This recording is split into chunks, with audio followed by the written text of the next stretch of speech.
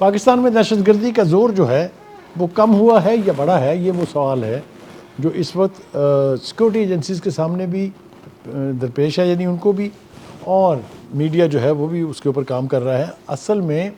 دیکھنا یہ ہے کہ کنونشن سینٹر میں کی گئی فیلڈ مارشل جناب عاصم منیر کی وہ تقریر، جس میں انہوں نے کہا تھا کہ فتنہ الخوارج ہوں یا فتنہ الہندوستان ہوں، ہم ان کو چن چن کے ایلیمینیٹ کریں گے پاکستان کے کونے کونے سے۔ اور اس کے بعد سے جو آپریشنز لانچ ہوئے تھے اس میں سینکڑوں کی تعداد میں جو یہ فتنہ الخوارج اور فتنہ الہندوستان ہیں، ان کے جو دہشت گرد تھے ان کی ہلاکتیں ہوئی ہیں۔ زور بہت حد تک ٹوٹا ہے بلوچستان میں، خاص طور سے کے پی کے میں وہ نتائج حاصل نہیں ہو سکے جس کے یعنی جو ہمارے مقاصد تھے وہاں پر۔ اس کی بنیادی وجہ یہ ہے کہ وہاں کی حکومت جو ہے اس نے کافی عرصے تک جو ہے وہ مرکز کے ساتھ اور جو ہمارے لا انفورسرز ہیں، جو ہماری سیکورٹی ایجنسیز ہیں، ان کے ساتھ تعاون نہیں کیا۔ اس کی بھی ایک لمبی تاریخ ہے، لیکن ہم پہلے بات کر لیتے ہیں بلوچستان کی۔ دیکھیے، بلوچستان میں دہشت گردی کرنے کے لیے ہندوستان میں جو اجیت دوول ہیں، جو کبھی قومی سلامتی کے مشیر ہوتے تھے، انہوں نے ایک سیل بنا رکھا ہے جس کا بنیادی آبجیکٹو ہے ڈسٹرائے سی پیک۔ اس سی پیک کو تباہ کرنے کے لیے انہوں نے وہاں کے جتنے بھی ناراض بلوچ کہہ لیجئے یا وہ بلوچ جو پیسے کی خاطر کچھ بھی کرنے پر آمادہ تھے، ان کو ٹریننگ دی، ان کو اسلحہ دیا، ان کو بے پناہ فنڈنگ کی ان کی، اور وہاں جتنے بھی وہ سو کالڈ گروپ تھے ان کو وہاں کی حکومت کے خلاف، وہاں کے عوام کے خلاف آپریشنز کرنے کے لیے استعمال کیا۔ یہ آپریشنز ہوئے، وہ بلوچ جن کو ناراض بلوچ کہا جاتا ہے، انہوں نے اپنی ہی قوم کے خلاف جس طریقے سے قتل و غارت کا بازار سرگرم کیا، وہ سب کے سامنے ہے۔ بالآخر وہاں سرفراز بگٹی کی صورت میں ایک ایسا مرد مجاہد آیا ہے جس کو میں سلام پیش کرتا ہوں، جس طریقے سے اس نے جو متس تھی بنی ہوئی کہ بلوچوں کے ساتھ بہت زیادتی ہوئی ہے، بلوچ جو ہے وہ محرومیوں سے دوچار رہے ہیں کئی دہائیوں تک، اس ساری متھ کو اس نے توڑا ہے۔ اس نے ببانگ دہل چیلنج کیا ہے ان تمام سو کالڈ ناراض بلوچوں کو بھی اور جو دہشت گردی میں ملوث ہیں ان قوتوں کو بھی کہ میں ہوں یہاں، میں آپ سے نبٹ کے رہوں گا، اور انہوں نے اپنے اس وعدے کی لاج رکھی ہے۔ ایک تو یہ کہ وہ خود بہت یعنی مؤثر بلوچ گھرانے سے تعلق رکھتے ہیں، اس لیے ان کی بات کو عام آدمی چیلنج نہیں کر سکتا۔ دوسری طرف انہوں نے کہا کہ ہم کوشش کریں گے کہ جتنے بھی یہ عناصر ہیں ان کو مین سٹریم میں لایا جائے، اور وہ اپنی اس کوشش میں بہت حد تک کامیاب ہیں، کیونکہ ایک بڑی تعداد میں یہ جو دہشت گرد تھے انہوں نے سرنڈر کیا ہے بلوچستان کی حکومت کے سامنے۔ ہم نے سیریز آف انٹرویوز دیکھے ہیں، خواتین کو جس طریقے سے استعمال کیا ہے ان گمراہ لوگوں نے، اس کی بھی ہم نے بے پناہ مثالیں دیکھی، اور ان خواتین کے انٹرویوز ہم نے سنے ہیں جنہوں نے کہا ہے کہ کس طریقے سے جو ینگ لڑکیاں ہیں ان کو اس عمل پر مجبور بھی کیا جاتا ہے، ورغلایا بھی جاتا ہے۔ اس کے بعد دوسرا صوبہ جہاں سب سے زیادہ دہشت گردی ہو رہی تھی اور ابھی تک ہو رہی ہے وہ ہے کے پی کے۔ کے پی کے اور بلوچستان میں بنیادی فرق یہ ہے کہ وہاں کی کسی حکومت نے کبھی ان دہشت گردوں کا ساتھ نہیں دیا۔ میں یہ ماننے کے لیے تو تیار ہوں کہ کئی حکومتوں نے ان کے خلاف کوئی ایکشن نہیں کیا ہوگا، لیکن میں یہ ماننے کے لیے تیار نہیں ہوں کہ کسی بھی بلوچستان کی حکومت نے ان کے ساتھ کلیبوریٹ کیا ہو، ان کو پروٹیکشن دی ہو یا ان کی کاز کو پروموٹ کیا ہو۔ لیکن کے پی کے میں صورتحال اس کے بالکل برعکس ہے۔ بات کہتے ہیں کہ بات نکلے گی تو پھر دور تلک جائے گی۔ آ جائیے شروع ہو جاتے ہیں جب سے کے پی کے میں پی ٹی آئی کی حکومت نے اقتدار سنبھالا۔ ہمیں وہ ساری تقاریر یاد ہیں جو پرائم منسٹر اس وقت کے عمران خان صاحب نے کی تھیں، جس طریقے سے ان کے نام کے ساتھ ٹائٹل لگا طالبان خان، اس لیے کہ ان کے دل میں بہت ہمدردی تھی طالبان کے حوالے سے۔ انہوں نے ببانگ دہل یہ کہا تھا کہ جتنے آپریشنز ہوئے ہیں طالبان کے خلاف یا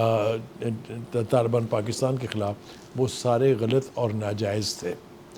اس کے بعد انہوں نے کہا، اس خواہش کا اظہار کیا کہ پاکستان کے ہر شہر میں طالبان کے دفتر کھلنے چاہیے، دفاتر کھلنے چاہیے، ان کو یہاں فریلی آپریٹ کرنے دیا جائے۔ چونکہ پاکستان کی مسلح افواج، نیشنل سیکورٹی ایجنسیز، لا انفورسرز سارے وہ اس نئی آئیڈیالوجی کے خلاف تھے، لہذا باقی صوبوں میں تو ایسا نہیں ہو سکا، لیکن کے پی کے میں ان عناصر کی یعنی پنپنے کے لیے مواقع فراہم کیے گئے۔ میں پرائم منسٹر اس وقت کے جو تھے ان کی ایک تقریر کو ریکال کرنا چاہوں گا جس میں انہوں نے کہا کہ میں 40,000 کے قریب جو جنگجو تھے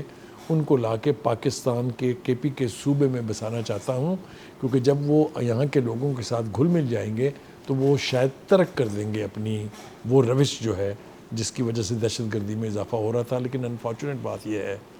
کہ ان کے اس عمل کے بعد جس کو امپلیمنٹ کیا وہاں کی اس وقت کی حکومت نے،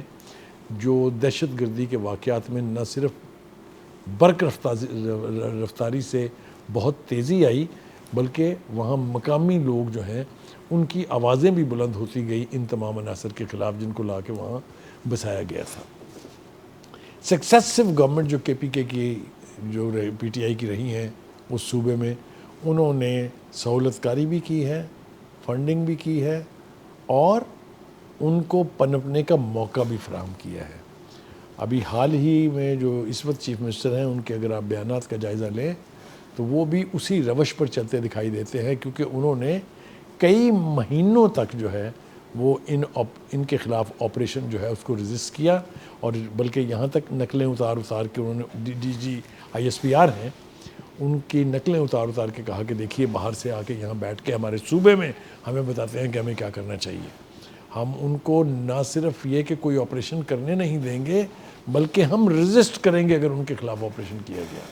پھر اس کے بعد یہی عناصر جو ہیں یہ الٹیمیٹلی خود ان کے گلے کو آئے، ان کے لوگوں کے ساتھ جو کچھ سلوک انہوں نے کیا وہ بھی ہمارے سامنے ہے۔ ابھی جو تازہ مثال ہے وہ ہے کہ فتنہ الخوارج کے جو ہیں KPK میں ایک خارجی بادشاہ ہیں جو اس وقت افغانستان میں ہیں، اور ایک راکٹی ہیں وہ بھی خوارج ہیں، خارجی ہیں، خارجی راکٹ، وہ پاکستان کے شمالی وزیرستان میں ہیں۔ ان دو کا جو گٹھ جوڑ ہے اس کی وجہ سے ایک MPA جو ہے اس کو ایک نے اغوا کیا اور دوسرے نے پھر اس کو فون کر کے جو ہے رہائی دلوائی، اور یہ ویڈیو لیک ہو کے اب منظر عام کے اوپر آ چکی ہوئی ہے۔ دونوں ہی خوارج جو ہیں آپس میں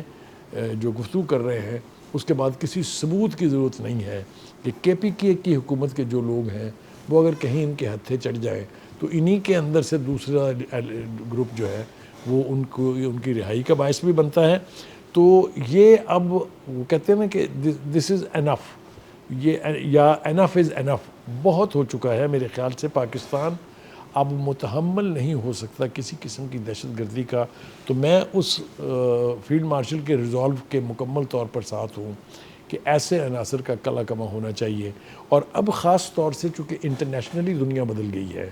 پاکستان کا کردار جو ہے ایز اے کنٹری وہ بہت بلند ہوا ہے۔ ایران اور امریکہ کی جو وار ہے اس میں ثالثی کا مسئلہ ہو،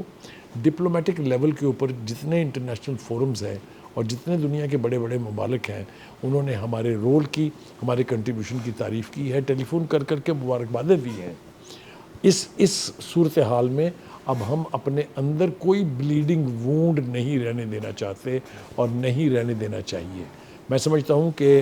اس وقت پاکستان کے جتنے بھی لا انفورسرز ہیں ان کے اوپر یہ نیشنل ڈیوٹی ہے کہ وہ گراس روٹ لیول کے اوپر کامبنگ آپریشن کر کے ان لوگوں کو جو ہے وہ کیفر کردار تک پہنچائے۔ پاکستان کے تمام صوبوں میں سوائے KPK کے اس نیشنل ایکشن پلان کے حوالے سے بہت کام ہوا ہے۔ سندھ میں صورتحال بہت بہتر ہے، یہاں پر صورتحال پنجاب میں خاص طور سے بہت بہتر ہے، بدتر ہے یہ KPK میں، اور کچھ بلیڈنگ وونڈ جو ہیں وہ ابھی بلوچستان میں باقی ہیں۔ لیکن اس کی میں نے آپ کو وجہ بتائی ہے کہ ہندوستان جو ہے وہ CPAC کی وجہ سے وہاں پر پورا فوکس تھا ان کا۔ یہ جو ناراض گروپ سو کالڈ ہیں، چاہے وہ ڈاکٹر اللہ نظر ہیں چاہے کوئی بھی ہوں، ان سب کے لوگوں نے بھارتی پاسپورٹوں کے اوپر پوری دنیا میں یعنی ٹریول کیا ہے۔